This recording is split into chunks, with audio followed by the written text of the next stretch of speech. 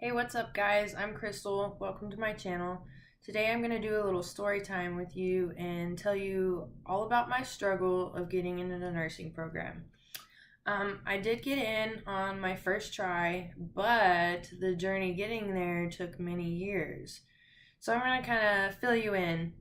I started my college career back in 2012 with no advice, nobody telling me anything or really a clue of how hard college really was going to be. So I registered for 7 classes, which I think was about 16 hours. I'm not sure, I can't really remember. I had been out of school for 2 years. 16 hours, what was I thinking? I don't know. But it was way more than I could handle because at the time I had my son, he was a toddler.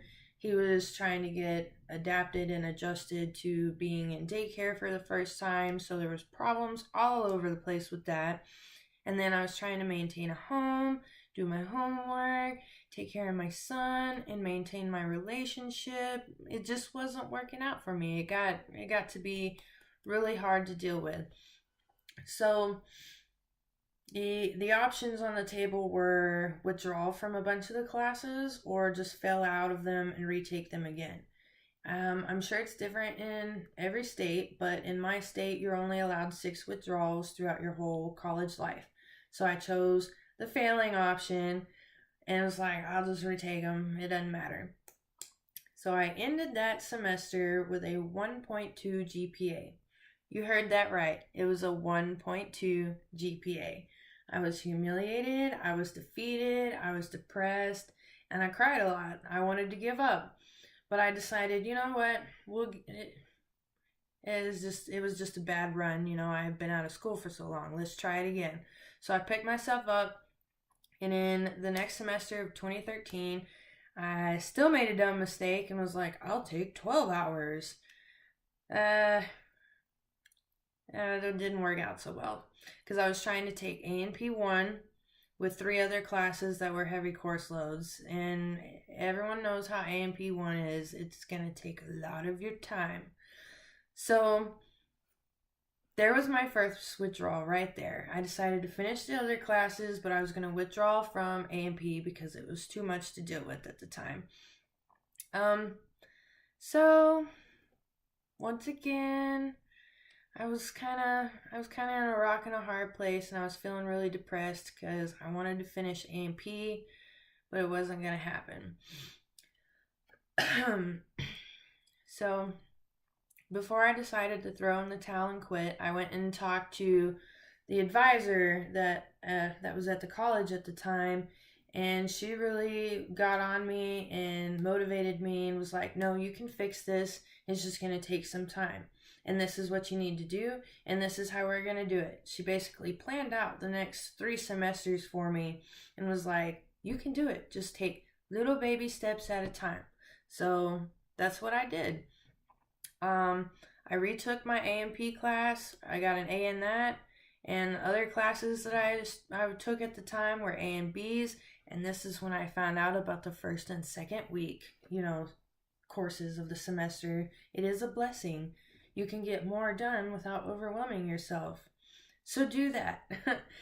So after I finished that, I got my confidence built up. I was raring to go. I was fixing to apply for the program. It was summer 2015, I believe, when something really unexpected happened.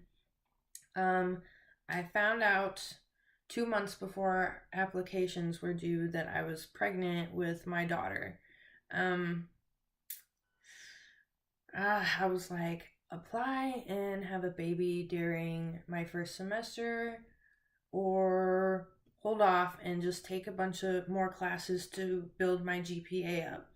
I was like, it's probably better that I do the latter. So I decided not to apply, and I just spent the summer taking classes left and right to build up my GPA.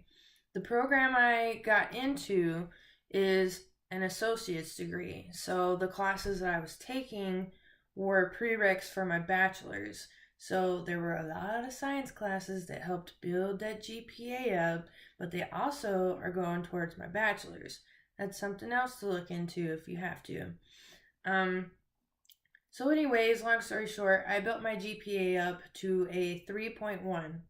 I went from having a 1.2 to a 3.1, and I was so ecstatic because 3 years ago, I wanted to quit and I was never going to go back to school, but I kept with it and look at what hard work brought to me. So, about summer of 2016 was when I was finally ready to turn in my application. Months prior, I was filling out my application, making sure all my paperwork was together, all my shots were up to date, everything that they would need was all stacked together and ready to go months before the applications were due. So I turned it in and I waited about a week before they started making phone calls saying, hey, you've been selected for an interview, da da da da da. While I was waiting, every negative thought just crossed my mind. Like, why would they pick you? You're not going to get in. Everyone else probably has better grades than you. Your T scores were probably too low. And then I got the phone call. And the way my school did it is the next 2 days after you get the phone call is when they would be doing the interviews. And I went in the very next day. And I was so scared. I was scared as heck. But here I was. I finally did it. And my passion for this really showed in the interview. And it landed me in nursing school on my first try. I couldn't believe it. The school said that this was the most competitive application season that they had had in years, and somehow I made it through. So the hard work just really paid off. I just wanted to give you a quick, maybe motivational video if you're struggling or if you're just in the dumps and you're not sure which path you want to take. Just stick with it. Keep working at it. You're gonna get there. I promise. If I got in there after everything I've been through, you will too. Just find your motivation and find your space.